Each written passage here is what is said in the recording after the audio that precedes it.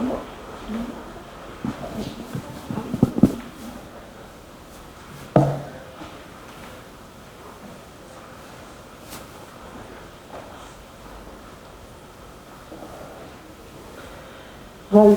so it's really nice to be here. It's the first time speaking from this place. It was more than 20 years ago that I was here as a student in one of these national schools learning about group theory in low energy nuclear physics. So it makes it perfect for me to talk about what I'm talking now. So I'm going to be discussing QCD as a continuation of what Lance was talking about, but then I'm going into sexy QCD, extreme QCD, which is the study of the interactions of quarks and gluons, but in a medium, and with lots of things happening. So hopefully I can fit that in the time that I have. So as Lance was saying to you, we have a very nice gauge theory, QCD, that provides us with a regime in which we can calculate many things, the perturbative regime. And this theory is built upon many, many years of data. And now, as Lance has summarized, it provides us with many handles to calculate predictions for current and future experiments. So it's really nice that for me, in the years after the 80s, the field has flourished and it has many, many nice predictions for the LHC and the current experiments. Now, QCD is interconnected with many QCD cousins. Let's say you can think about PQCD, perturbative QCD, as a whole field in itself, where many of the topics Lance was discussing are connected to, let's call them in general, perturbative techniques, but there's also the corresponding non-perturbative regime of QCD, where you use also really nice methods, numerical implementations, and all orders integral setups like Schwinger-Dyson equations to try to describe hadrons. And then there's also like a collection of versions of QCD that help study concrete phenomenology in different settings. So I'm going to focus on one of these versions. Let me start by telling you about how the things that I learned from regular QCD help me in the work that I do now in extreme QCD. And I'm going to pick up on the topic that Lance mentioned about QCD factorization. It's a really powerful idea, the idea that if you want to describe an observable, let's say, if you want to describe the structure of the proton in deep inelastic scattering, it's a really nice idea posed by several people here in the late 80s, that this observable that you want to measure at the level of quantum field theory, you can show that let's say the cross-section for hadron production in deep inelastic scattering is actually a product of probabilities, a convolution of two objects. One of the objects is this Parton distribution function, and it's actually universal. And the other object that Lance was talking about has to do with this sigma hat, this theory input of the hat cross-section. So the fact that we have this kind of factorization theorem helps a lot in all of the things observable-wise, well-defined observables for current experiments. Now, even today, even in recent years, this idea of QCD factorization still helps to produce universal PDFs in different settings, not only for the LHC, for many experiments. And typically, we would have an algorithm where we determine these PDFs, let's say from lepton-proton collisions in DIS, and given their universality, we use them as a given, to a certain extent, to do predictions for the LHC, let's say, W prediction in proton-proton collisions.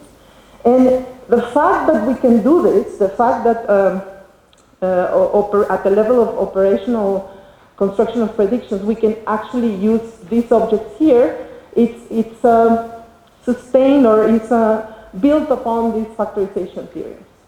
So let me go a little bit in detail about what we mean about this QCD factorization. In hadron collisions, actually this cross-section that you want to measure, to observe, you pose the following idea. You say, okay, I'm going to take all of the physics that happens at short distance in one of these functions, and then all of the physics that has to do with this kind of universal radiation for the external states goes into this long distance function. And I'm going to be careful because, as Lance was saying, it's a non-trivial where do you set this boundary between short and long distances, and it also has to do with the fact that this idea of factorization is an approximation. It actually works rather well when the transfer momenta is really big, because this idea of factorization has these corrections of the inverse power of that momentum. But in the setting of the LHC, what happens is that these are really tiny, and then you actually have almost like the perfect setting for your calculations, because you can focus on the short distance physics theory-wise with quantum field theory methods, and then you can leave the long distance physics to a worldwide fit to get this PDF for fragmentation functions. And when you do that, and you don't take into account this term here, and you realize also that this separation of long distance and short distance physics is actually of your own choosing, it's arbitrary, then you must implement the fact that this separation of physics is arbitrary, so therefore this observable must not depend on where do you choose this separation.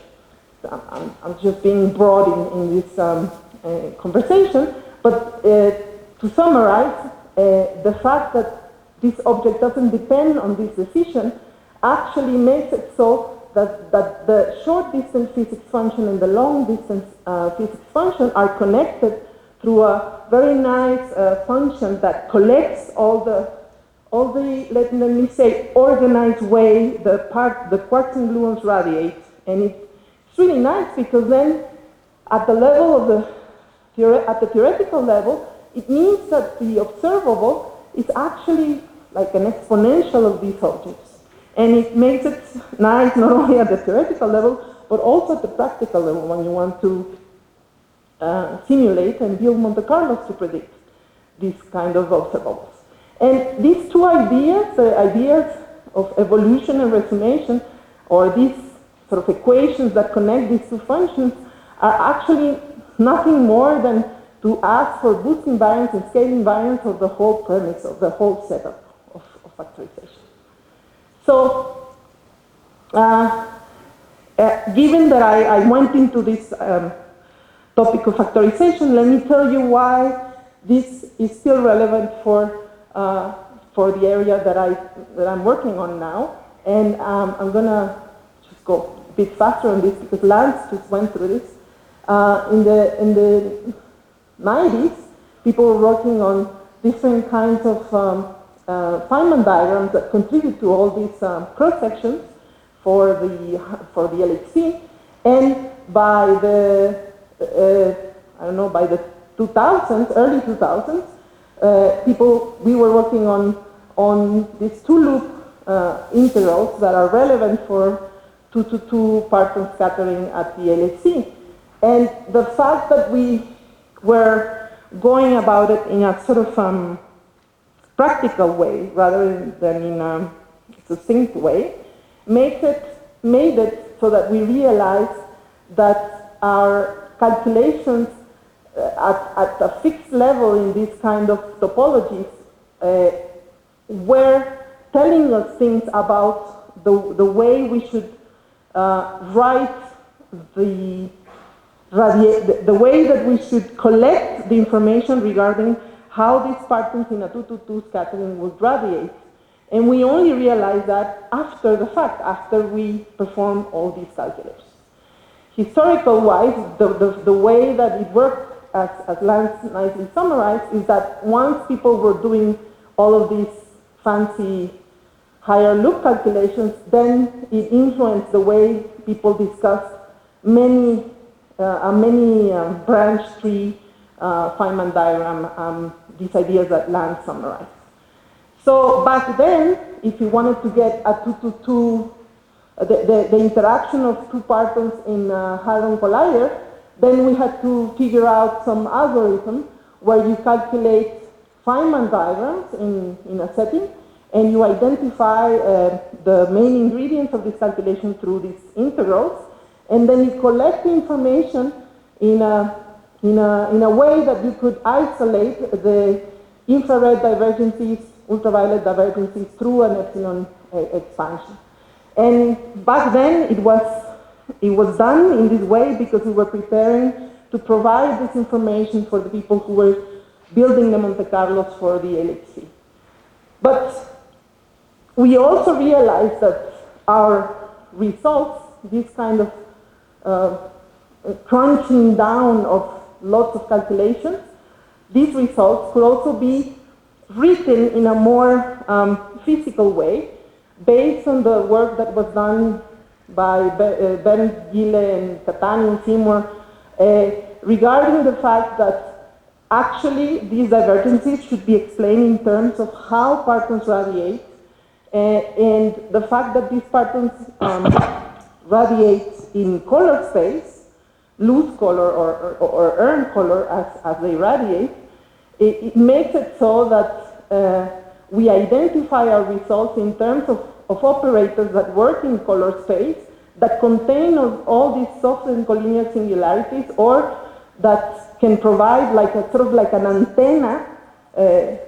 antenna function that gives you the way gluons radiate.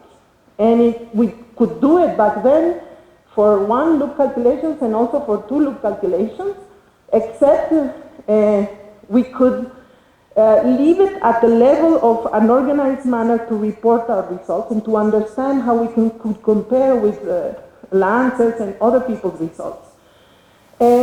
But somehow the fact that we are doing these calculations and that we are getting the information of the radiation in terms of poles means that we should be able to understand those in terms of this factorization of amplitudes in QCD. So let me tell you a little bit about that. If you think about a 2-to-2 parton scattering and you look at the amplitude of this process, which is in color space, I'm not going to spend a lot of time in this technicality. George and I were thinking, how can we start from looking at the fixed order calculations and see about the factorization of this amplitude, not at the level of the cross-section, but at the level of the amplitude. And we proposed, again, a separation of physics, where now we have a process-dependent function that has all the short distance physics again, which is identified as a hard scattering matrix, which also can be calculated. And then two interesting functions. One that has, let's say, all the coherence of radiation, all the radiation that can probe the color space around the partons as they radiate. And then a function that actually collects all the universal ways in which the partons radiate collinearly. And it's all of them described by this evolution. So in the end, again, if you argue that this object doesn't know anything about your choosing of factorization, you end up with exponentiation of the way this amplitude behaves in terms of convolution of the information between several orders of distance in physics. This led us to report that we could understand why the fixed order calculations we had performed before had this particular set of poles, because now we could see that all the contributions from these poles actually come from the soft part or the hard part or the jet part, and we could check that that works even at two-loop level or beyond, three-loop level, etc. And once we did that, then at that point it was fine with me in the sense that I had already done all these calculations, and then now I can understand why I saw all these patterns as I was doing those calculations, because all the Feynman diagrams, all the intervals collapse down to this kind of very nice operator, radiation operator that acts on color space, and they give you information to all orders in loops for this kind of amplitudes. So I think for me, the study of factorization at the level of the amplitudes gave a whole lot opened a lot of doors to question what happens to loop amplitudes at all orders, and in terms of finiteness, connection to other dimensions, and in other theories. And this is still happening now. People are working on form factors, many loop splittings, etc. And they are still reporting in terms of this language, where we now have a way to accommodate where the radiation comes from and how it is prepared to be cancelled with other contributions. Now, that was regarding the experience that I had with amplitudes with QCD. So now I'm going to try to tell you about how this experience permeates to this new area that I'm working on. Let me tell you about extreme QCD, just tiny historical details.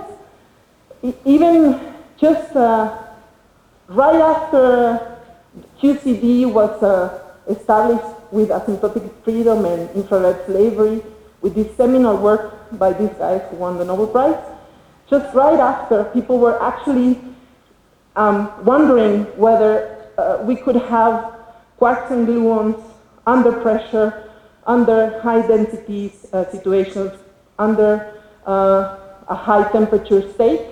What would happen with all the nice properties of QCD if we set about to study this kind of phenomenology?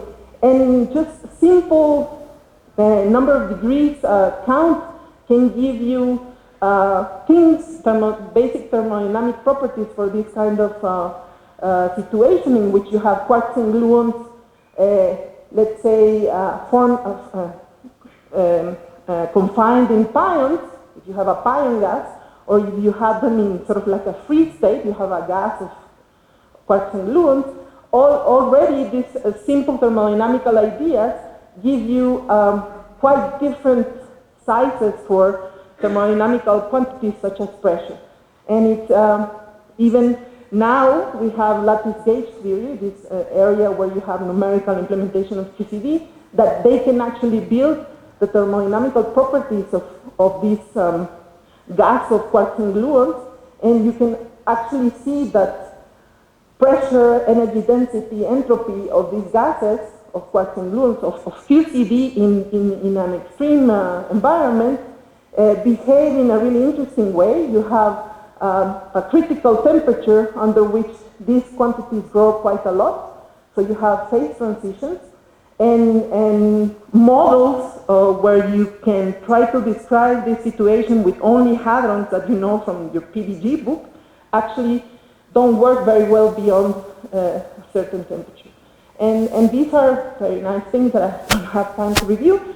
So extreme QCD is actually QCD, let's say in equilibrium at a certain temperature, and considering a certain number types of variance in this system, besides the already intrinsic scale of QCD, you have, of course, a new scale that has to do with the temperature and the chemical potential now that you assume in this new system. So regular QCD, QCD in the vacuum, already has certain scales that we have to deal with. Well, now we have to imagine that we have competing scales for QCD in medium. And the question is, not only can we use quantum field theory to predict properties of quarks and gluons propagating in this medium, and try to understand the phase transitions and the symmetries that are broken when this happens, but do we have the machines whereby we can have observables so that we can check our predictions? So typically in this area we are looking to provide a precise determination of what would the QCD phase diagram would look like. What does that mean? It means QCD matter under temperature and under changes of temperature and chemical potential. How does it look? Do we have at low temperature and low chemical potential, do we only have like a hadron gas? What happens if we do a high temperature experiment? Do we have a phase transition? What do we have there? And if we don't do an experiment at high temperature and we just compactify or put under pressure this QCD matter, what do we have then? So the theoretical community in this area has provided many predictions for this phase diagram. And currently, there are several experiments that are trying to provide data so that theoretical predictions can be compared with this data. And this is just a schematic diagram where you have the same phase diagram. This is the temperature and this is the chemical potential.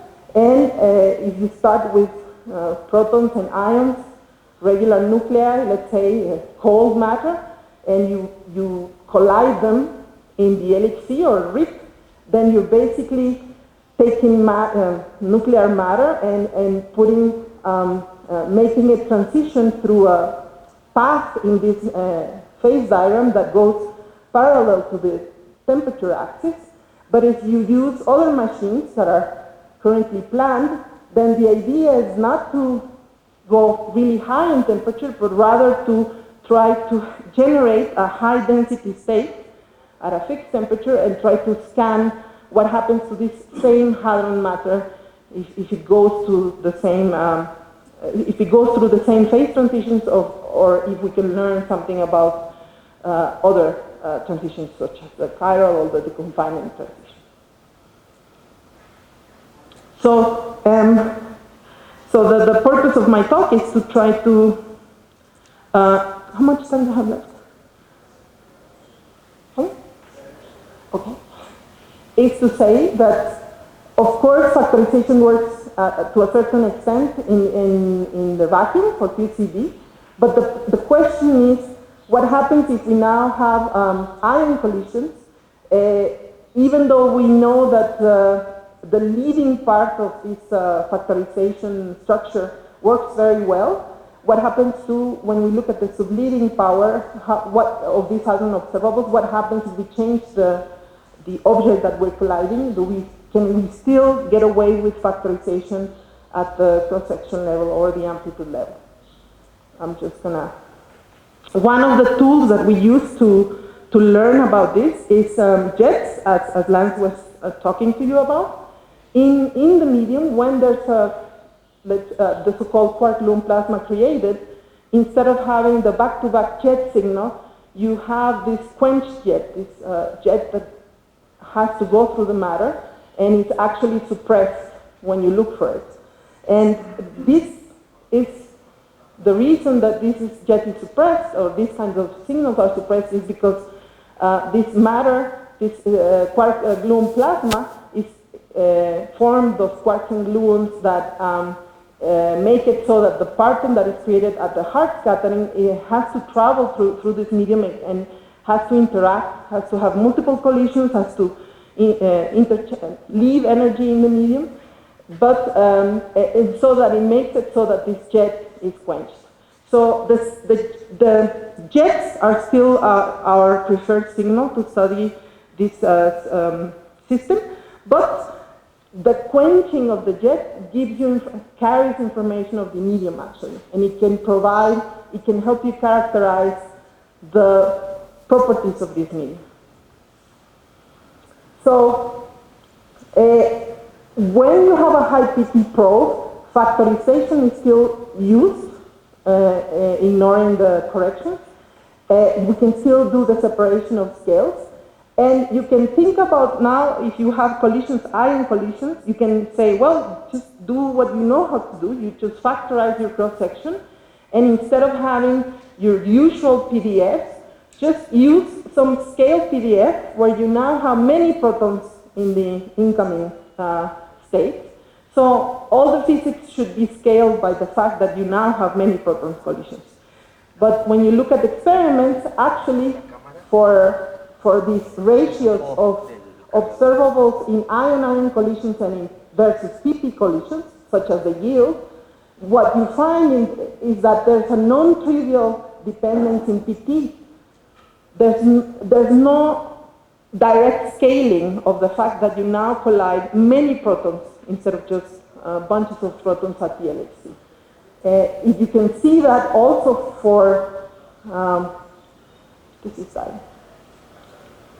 You can see also for single inclusive jets, for example, at Atlas, at the LHC, you can see that if you collide ions, these are lead ions, the suppression of the jet depends on how the ions collided in terms of centrality. So the information that you want to get through jets is there, except now you have to sort of correlate with the fact that you have a bigger system to begin with, and factorization ideas have to accommodate this. Now, how can we start about building a framework in which we can still work with factorization but in a medium? Well, this was work already started many years ago. Gross, Pisarsi, and many other people have continued that work, in which you consider a system of quarks and gluons that are in a thermal bath, but where, this is the key point, where the temperature is actually the biggest scale of all the processes. And in that context, you have a methodology, which is called hard thermal loop approximation, in which you can actually construct the amplitudes in this gauge series, hot gauge series, and you can still separate physics now in terms of the leading temperature contributions and sort of the soft momenta that is regulated by the coupling. So you can still have all your estimation and evolution if you make a decision of the hierarchy of the scales, and the temperature is the biggest scale. Let me show you, for example, this is the one loop endpoint gluon function in terms of the amplitude of a tree amplitude. Only the thermal part, the leading temperature part, is actually very nice. You can factorize the operators, the statistical operators. And so there's a framework for the leading temperature results that collects or has the spirit of what we already saw in vacuum. There's actually work also by Brandt, Ashok, all these people recently, well, in the mid-2000s, where you can build an effective action and build an operator that brings out this collection of leading divergences or leading contributions in using this thermal effective action. And again, if you write an endpoint thermal diagram with finite chemical potential, again you have, let me call it a factorization of terms that involve amplitudes at at zero temperature. And this, again, this formalism, I don't have time to go into it, but it's also showing potential on what we could do for a factorization procedure in medium. So, one more minute? Or no? 2, thank you. So to make matters nicer and sexier, because they were not as sexy before, when you have an ion collision, there's another fascinating thing that happens. Actually, when you collide ions, and these guys are not coming in face to face, but they come with a certain impact parameter, then you have a whole bunch of charge that is flying away from the collision point. So you have like currents, and when you have currents of charge, you have magnetic fields. Well, it turns out that at the LHC and at the RIC, where these experiments have been performed, these electromagnetic fields are the biggest human-made electromagnetic fields in the lab, and actually they matter, for example, for photon production in these collisions. So people, as in our group as well, we are trying to build a complementary sort of phase diagram for QCD when there's also a really intense magnetic field present in the system. And wonderful things happen. One of the wonderful things that happens when you have a magnetic field, intense magnetic field, is that you have an opening of channels that you didn't have before. You know that there's a prohibition there's a null result when you want to calculate this 3-point function, and you take them all into account, that this should be equal to 0. But when you turn on this really intense magnetic field, this channel opens up. So you can build, let's say, a formalism using these basic quantum field theory techniques to provide information on how does let's say the alpha S, how does alpha S look for the quarks and gluons that live in these moments where the collision is happening, and how does that influence observables? I didn't write the observables? Yes. So for example, we can calculate how many more photons would you produce if you have these intense magnetic fields at the collision. And these are basically calculations that are based, again, on ideas of factorization, but in an artisanal way. So the work that I want to do now is take these ideas that I've gone into with different collaborators and maybe put them together to try to have a coherent program for factorization, QCD factorization in medium. So I'm just going to leave it like that. This is the outlook. So thank you.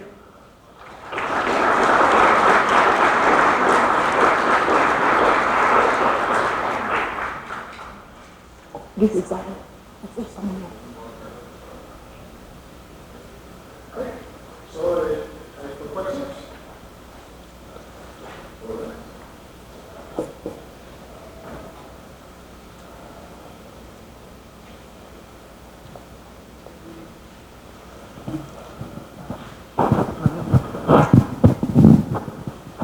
Okay, I didn't understand what's the fundamental argument behind the factorization. I mean, you have a term that is the convolution of high energy physics, and a term that is that has the low energy physics. What's the fundamental argument behind it?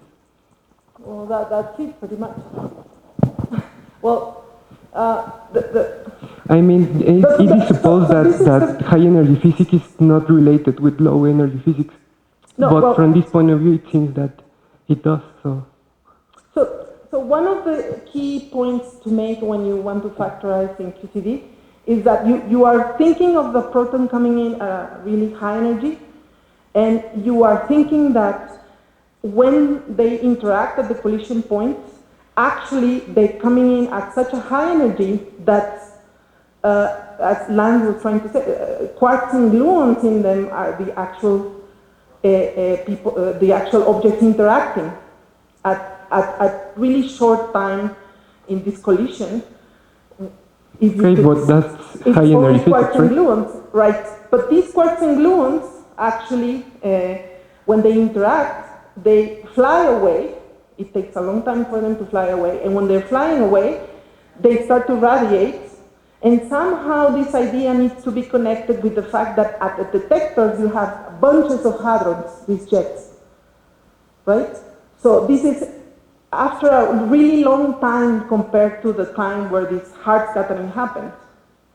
So you're trying to, this is what I'm saying, you're trying to put it in this framework in which you say, okay, I'm going to think about this process as a quark and an anti-quark coming in, interacting and producing, let's say, a gluon and another gluon, and then I'm going to put in that information in this,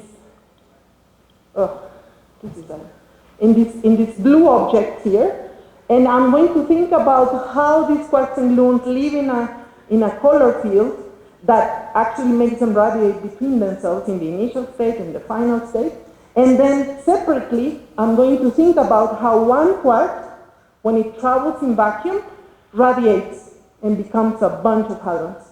And that's the red object there. So you're sort of compartmentalizing the problem. Can you derive this relation from fundamental arguments, I mean from the theory? Or this is just an assumption? The factorization? Well, that's kind of like a tricky question. Okay. Fundamental arguments. I mean from the theory, from the technical I would say tools yes. of the theory. I would say yes, but it would mean that we need to organize like a 5-day workshop on this. Okay. Thank you for your answer. No, there's people like Sturman, Soper, and all these people in the 80s that build a theoretical framework under which you can write diagrams, like complicated diagrams, and sort of cut them up, fraction them up, to separate what is really long distance and short distance, and sort of build this or give support to this idea. But it depends on how you think about fundamentals, I think. Okay. Celine? So in one of your early slides, you had something about new physics in the short distance amplitudes. That's the new physics for me that's there. I needed to write new physics somewhere. But the question is does this prefer any, I mean, is there any particular new physics that could be discovered preferentially in extreme QCD or this kind of experiment? In extreme QCD? Or in general? Where is this slide? I think it's somewhere here, no? No, in the factorized, right?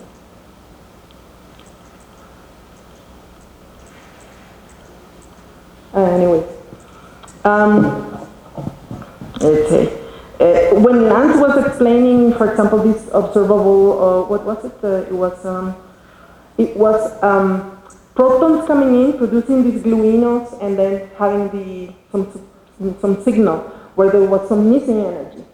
So in principle, the new physics that I mean is that at the theoretical level, you could have your Lagrangian of whatever ingredients, and you could calculate these objects, and then use factorization in QCD to get a cross section. That's no problem. That's what people do all the time with these Monte Carlos. So in principle, you could use, like Lance was summarizing, you could use all these missing energy signals to look for new physics, right? But in practical terms, this is again built upon factorization in QCD. You have a cross-section, you have quarks and gluons that you can see as jets, and then some other guys that you cannot. But still, what you did is you did some partonic level cross-section, no? And that's what in practice it's done. To look for new physics, you look for this kind of missing energy signals, for example. Okay, but you needed to have the theoretical.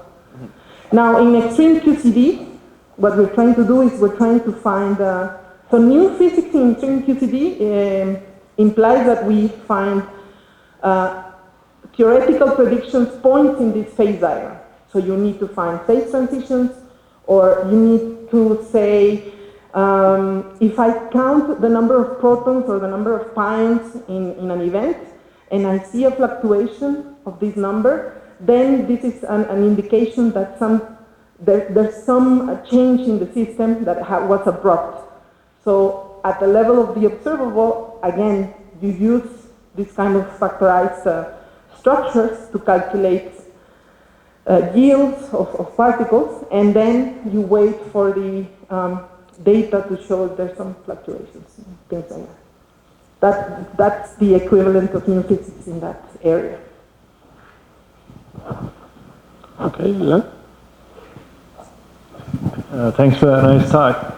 Can you say a little more on the experimental side about how these other machines like FAIR would move further to the right in the phase diagram?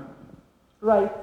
So this is a very important issue because traditionally when we listen about the ion collisions at the LHC, we have gold or lead, in that case ions, that go very fast. And so we have a scan of the RIC and the LHC, the first phase of the best scan and the LHC that goes very parallel to this temperature axis.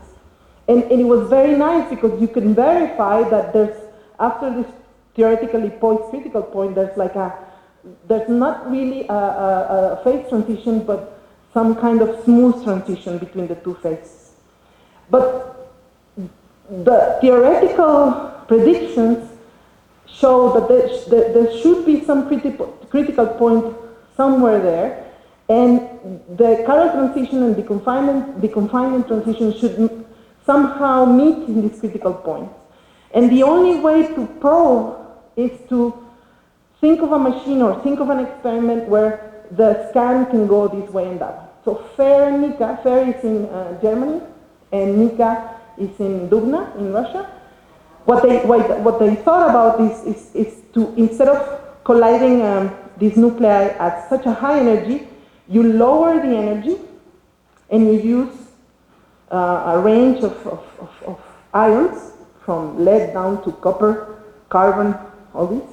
And what you achieve is that you have like a stopping, it's called a stopping effect. When these ions meet, since they have many protons in them, actually what happens is that you have, there's a time in which the density grows before going into the sort of regular way that the system evolves in these other machines. So in that sense, Nika and FAIR are crucial if we actually want to learn about and RIC best 2 actually goes, it's not, it is there, the purple line there, the second round of RIC best 2 goes down and overlaps with the theoretical and critical point. But these two machines are actually the perfect machines to learn about these phase transitions. Otherwise, you couldn't access that with the LHC. And there are proposals, I've been told by the local ALICE community in Mexico, there are proposals whereby they could prepare special runs at the LHC where they can actually try to complement what the other two machines are doing. But it's really hard because the LHC is a high energy dedicated machine. So in the new physics, sort of in the quest of new physics, we are actually, myself, I'm involved in Nika MPD project here in Mexico, where we now do theoretical calculations for this machine.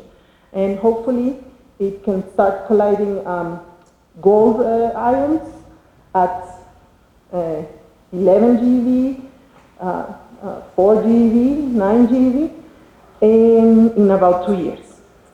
So hopefully we can report on that. So is that GeV or GeV per nucleon? Per nucleon. Yeah. Thanks a lot. Thank you.